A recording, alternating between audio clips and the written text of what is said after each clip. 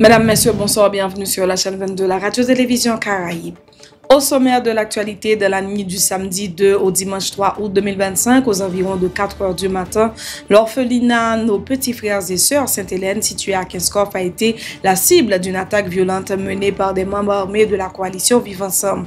Les assaillants ont pénétré dans l'établissement en défonçant un mur de l'enceinte sans avoir recours à des tirs. Une fois à l'intérieur, ils se sont dirigés vers la section dédiée aux enfants vivant avec un handicap.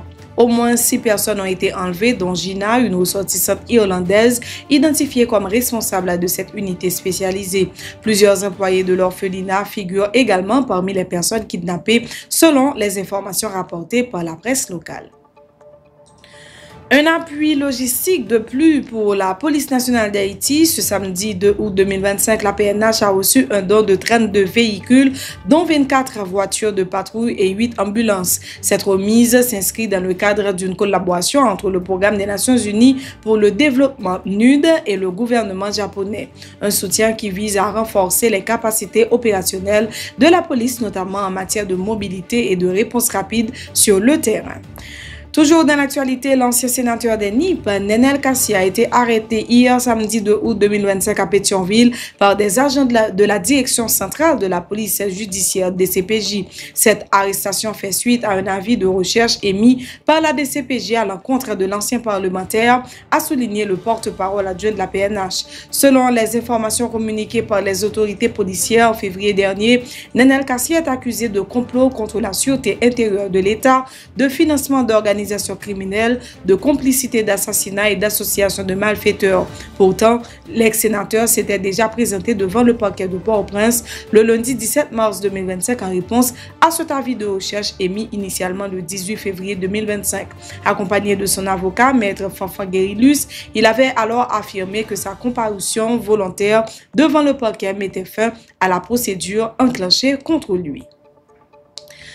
L'ONU alerte sur une explosion de la violence en Haïti avec plus de 1500 morts en 3 mois. Le deuxième trimestre 2025 a été l'un des plus violents de ces dernières années en Haïti. Selon un rapport du BINU, 1520 personnes ont été tuées et 609 autres blessées dans un contexte de violence extrême alimenté par les gangs armés, les groupes d'autodéfense et des opérations policières parfois abusives.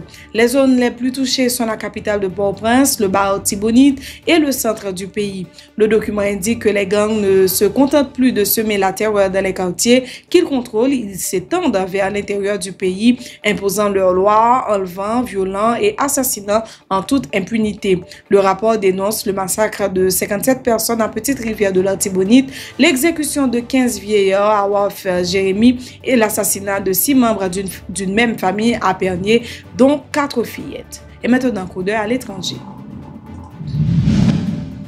La Chine et la Russie ont débuté ce dimanche 3 août de vastes exercices navals conjoints en mer du Japon. Plus qu'une simple démonstration de force, l'opération Juin-6 2025 a pour objectif l'approfondissement du partenariat stratégique global entre les deux pays selon les déclarations du ministre chinois de la Défense. Ces exercices doivent durer 3 jours avant des patrouilles navales dans des eaux du Pacifique. Et enfin, l'Ukraine dit avoir frappé des cibles militaires et énergétiques en Russie. L'Ukraine a affirmé avoir frappé dans la nuit du vendredi 1er à samedi 2 août des cibles militaires et un gazoduc en Russie. Les autorités locales de ce pays faisant-elles état de 3 morts à cause d'attaques ukrainiennes. C'est la fin de ce bulletin d'information. Merci de l'avoir suivi. Restez sur la chaîne 22 pour la suite de la programmation.